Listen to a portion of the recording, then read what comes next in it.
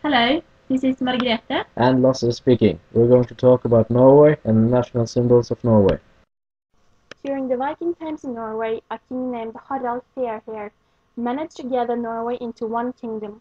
At that time, the language Norway spoke was from somewhere around North Germany, and Norway was therefore named Nordvegr, meaning the North Way. Throughout history, Norway got their own language, and Nordvegr therefore became Norway. Since Norway has been in union with Denmark and Sweden, Norway have had several kinds of flags. One flag when we were under Denmark, and another one when we were in union with Sweden. However, Norway gained independence in 1905, and along with that came the flag as it is today. The flag consists of three colors, red, white and blue, like many other countries. These colors together means freedom. The flag also has a cross, which represents Christianity. But how important is the national symbols of Norway to the Norwegian people? The national symbols are very important to the Norwegian people because Norway has been in union with several countries, and when Norway gained independence, it was very important for the Norwegian people to create symbols that were typical Norwegian and related to Norway. We wanted to find ourselves and create our own nation. Norway has a landscape with lots of mountains and fjords, and we have therefore looked upon ourselves as a bit wild.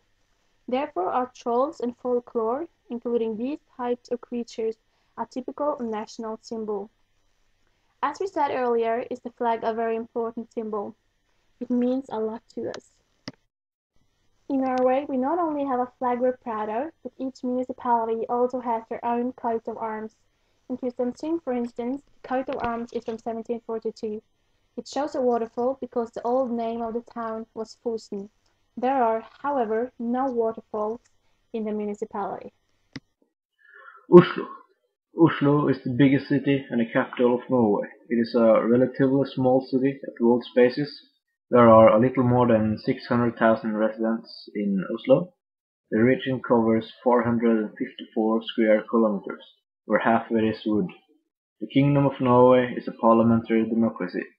Oslo holds the headquarters for the government, the parliament, and many of Norway's different research facilities and educational institutions, or cultural institutions like the National Museum, the Norwegian Opera, and the National Theatre. Oslo has been the capital of Norway since we got our own constitution in 1814. Some of the prestigious arrangements in Oslo are the Nobel Peace Prize, which is handed out the 10th of December every year in Oslo Town Hall. The Winter Olympics were arranged there in 1952, and the Skiing World Championship in Nordic branches in 1930, 1966 and 1982. And in 2011 the World Elite will gather in Holmenkollen once more to compare in Skiing World Championship. Kristiansund is a city and a municipality on the western coast of Norway in the Nordmøre district of Møre og Romsdal County with 23,000 inhabitants. It was officially awarded township status in 1742. Kristiansund is built on four main islands with many smaller islands. The islands of Kirkelandet, Nordlandet, Innlandet, and Frei. The city, formerly named Kristiansund with CH, is named after the Danish-Norwegian King Christian VI in 1742. The last element of the name Sund means strait. The old name of the town and village was Fosna, which means hiding place. The name Fosna also takes its name of a location in Kristiansund, and it's an umbrella term for the oldest settlement along the Norwegian coast dating back to 10,000 BC. The first discovery from the culture of Fosna was made here in Kristiansund. During the 17th century, a small settlement developed around the area we know today as Kristiansund Harbor. As more and more settlers arrived, the area became an important trading port for fishing and the lumber transportation along the coast. The Dano-Norwegian government established a customs station here, which was controlled by the main trading port in Trondheim. Dutch sailors brought the knowledge of clipfish production to Kristiansund at the end of the 17th century, and for a number of years the city was the largest exporter of clipfish in Norway, exporting goods mainly to the Mediterranean countries.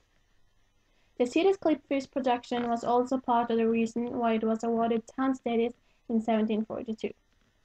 In recent years, Kristiansund has become the major oil and gas city at the mid-Midwestern coast.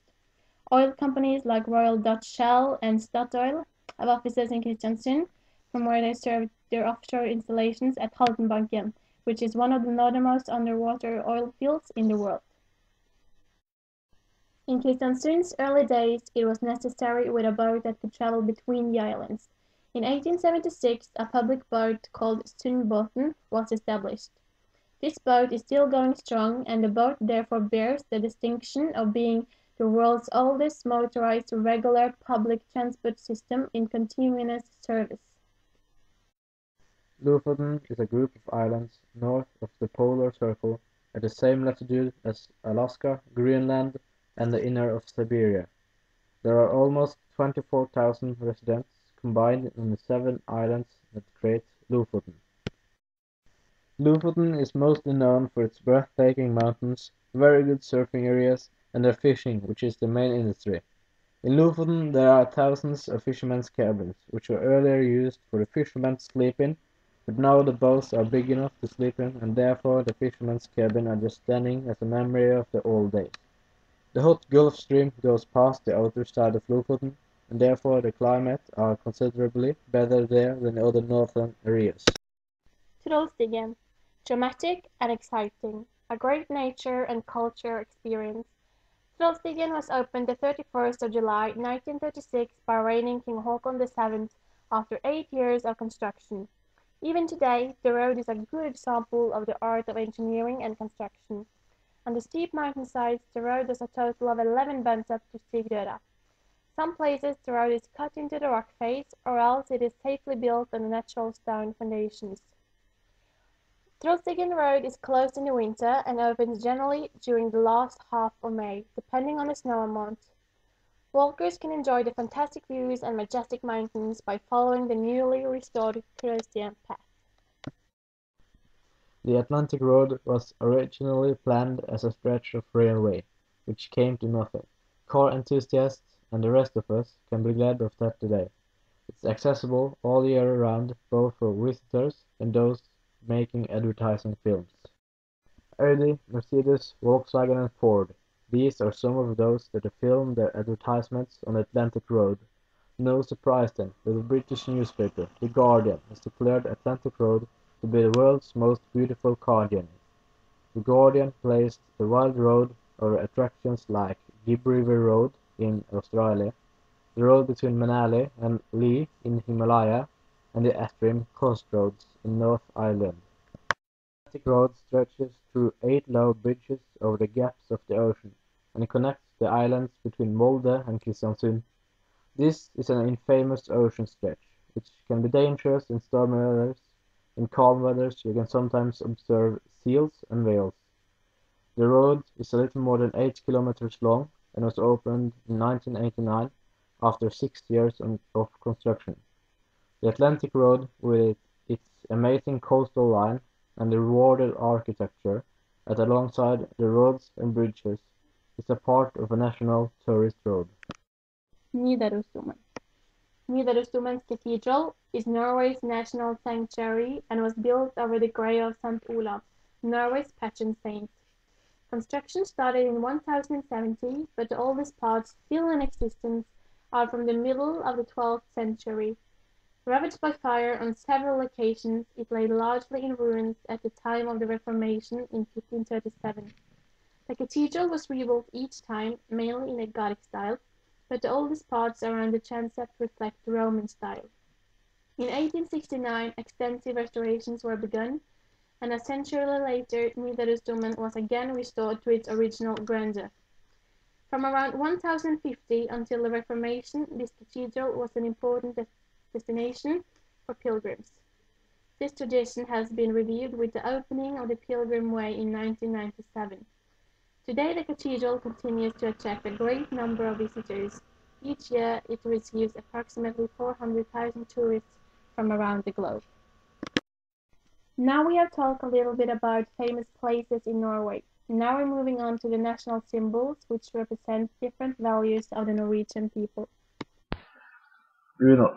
Bunad is an umbrella term encompassing, in its broadest sense, a range of both traditional rural garments, most of them dating back to the 19th and 18th centuries, as well as modern 20th century folk costumes. In its narrow sense, the word bunad does only refer to garments constructed in the early 20th century, very loosely based on tradition. The word bunad in itself is a 20th century invention. In Norway, it is common to wear bunad at rare celebrations such as confirmations, weddings, and especially the May 17, the National Day celebrations. It is not possible to state accurately the number of different types of bunads in Norway, but it is estimated to be somewhere around 200. Trolls. In Norse mythology, troll is a term applied to Jotnar. In Old Norse sources, trolls are said to dwell in isolated mountains, rocks, and caves, sometimes live together, and are rarely described as helpful or friendly. In Norwegian folklore, trolls become defined as a particular type of being, generally held to be larger than humans and notably ugly. Numerous tales about trolls are recorded, in which they are frequently described as being extremely old, bad, strong, having long noses, but slow and dim-witted. They are sometimes described as man-eaters and as turning to stone upon contact with sunlight. The cheese knife is a Norwegian invention. It was invented by Björklund in 1925. The design has changed a little bit since then, but the principle is the same. The firm of Björklund has created more than 50 million cheese cutters since 1925. The cheese knife is a very important type of kitchen knife for Norwegian because we eat a lot of cheese. The Norwegian cheese knife is designed to cut hard cheeses like the distinctive Norwegian brown cheese. This tool can also be used to cut potatoes in thin layers for creating chips, or to cut cucumbers and asparagus into thin slices.